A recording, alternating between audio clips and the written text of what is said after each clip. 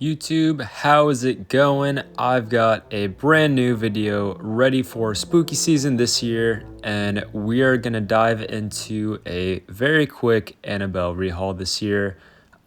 This is something that I thought would be a fun idea when I saw the new doll got revealed and appeared at Spirit Halloween. So I decided to pick it up, and I figured it'd be fun to just do a quick video on it. So let's go ahead and get into a really quick review and then into the rehaul. So out on display here on the left, we have the brand new Spirit Halloween Annabelle doll with the previous version on the right. This is my personal rehaul copy that I worked on, and I did these the first one for a Halloween party that we had, and I figured I'd give the second one the same treatment. So as we're looking at the two dolls here, I mean, you could see that they kind of did the Chucky treatment this year with the Annabelle doll, where they started off with the first posable doll and moved into the plush format. And honestly, this year they knocked it out of the park with Annabelle. They gave her a really good upgraded plush body. It has sculpted feet, and just the bodysuit that's used for the base of the doll is done really well. And yeah, I think they really knocked it out of the park this year, especially with the sculpt, man. I mean, if you're looking between the two of them, the one on the left looks a whole lot better and closer to the movie than the one on the right. So my only complaint or critique with this doll is really just the paint job, which I think is honestly a really good upgrade from the previous version. But in my whole opinion, I do think that the paint job looks a little bit too much like makeup. I don't know, as you can see, it looks very caked on. And I mean, it's blended really well from factory, and for a $100 doll, you're getting a really good quality thing. But I've seen people do rehauls, and I think that you could get an even better product just from messing around with it. That being said, my repaint with the last Annabelle doll is not based off of screen accuracy at all. I included like the teardrop just as a reference, but the paint job itself isn't based off of screen accuracy. I just like going the dirtied up face route just to make the doll look a little more evil, and I'm really just basing this doll off of my last rehaul. So we're just gonna really have some fun with it and see where it comes out.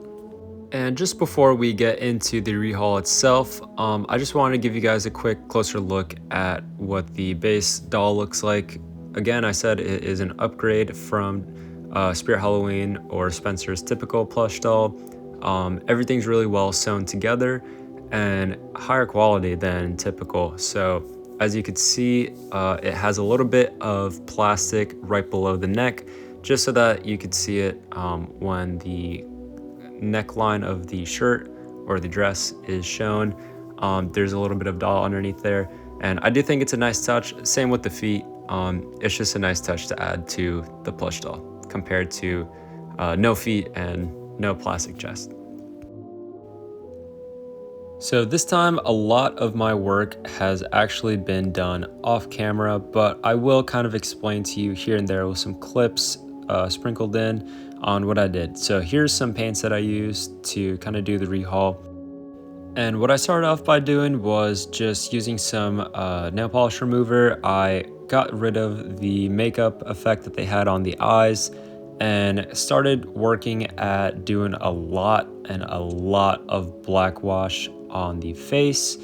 And I kind of tried the same idea of a black wash with the blush, which actually turned out pretty well. It just took a lot of coats for me to get it on there. I'm sure I could have done it a whole lot better, but after a while it kind of started to stick. And this is kind of something that I did for the Chucky dolls in the past, but really just using paint run down with water and just doing light coats until it starts to build up a little bit and kind of fades throughout the cheek.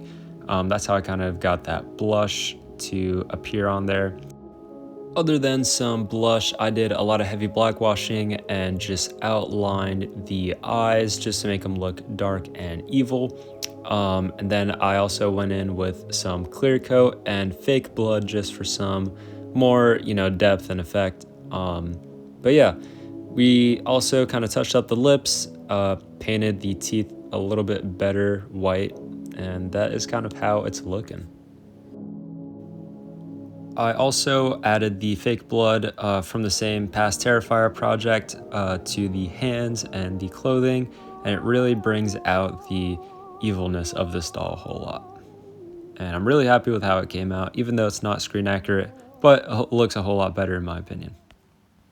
And another cool idea I had was to print out this sign from the movie based off a screenshot I got and pretty much glue stick it onto a piece of cardboard. So now I'm going to cut this out and glue it onto the box next. So now we got everything cut out and glued onto the box. I pretty much did the exact same thing for both, and I also made some fun little cards to go with them. So both of them have a Miss Me card and a Find Me / Found You card that's written on both sides. And if you guys liked how these two projects came out, they will be linked in my description here. You could find them on eBay. And if you guys would like, you know, it would help me with clearing out some closet space. And I really do love making these things. And I think that they would do well in a new home since we don't need them anymore for any Halloween parties. But yeah, I'm really excited on how these came out. I mean, adding some blood, fixing the scratches on the neck, just making little adjustments, adding a little bit of paint goes a long way with these guys. So I hope you guys enjoyed, and thank you for taking the time out of your day to check out these videos. And I will be seeing you guys in the very next video. You guys have a very spooky season.